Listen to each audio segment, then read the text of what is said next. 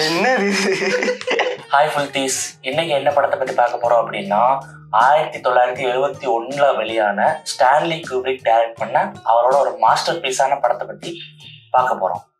படத்தோட பேர் என்னன்னா எ கிளாக் ஒர்க் ஆரஞ்ச். இது ஒரு நாவலை பேஸ் பண்ணி எடுக்கப்பட்ட மூவி.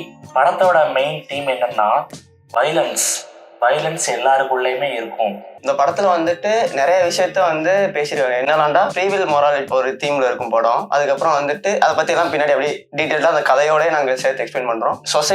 சொசைட்டியை கண்ட்ரோல் பண்ற ரிலேட்டடா உள்ள ஒரு டாபிக்கும் இந்த படத்துல பேசியிருப்பாங்க. அதுக்கப்புறம் ஒரு டார்ச்சர் ட்ரீட்மெண்ட் பத்தியும் இந்த படத்துல சொல்லியிருப்பாங்க. இந்த படத்துல என்ன சொல்ல வராங்கன்னா, ஒருத்தன் தப்பு பண்றதுக்கு ஃப்ரீடம் இல்லைன்னா அது ஃப்ரீடமே இல்லை அப்படிங்கிற மாதிரிதான் இந்த படத்துல சொல்லியிருப்பாங்க. ஆனா அவனை பண்ற தப்பெல்லாம் பார்த்தா அதை சப்போர்ட் பண்றதுக்கெல்லாம் மனசு வராது. ஏன்னா அவ்வளவு கொடூரம்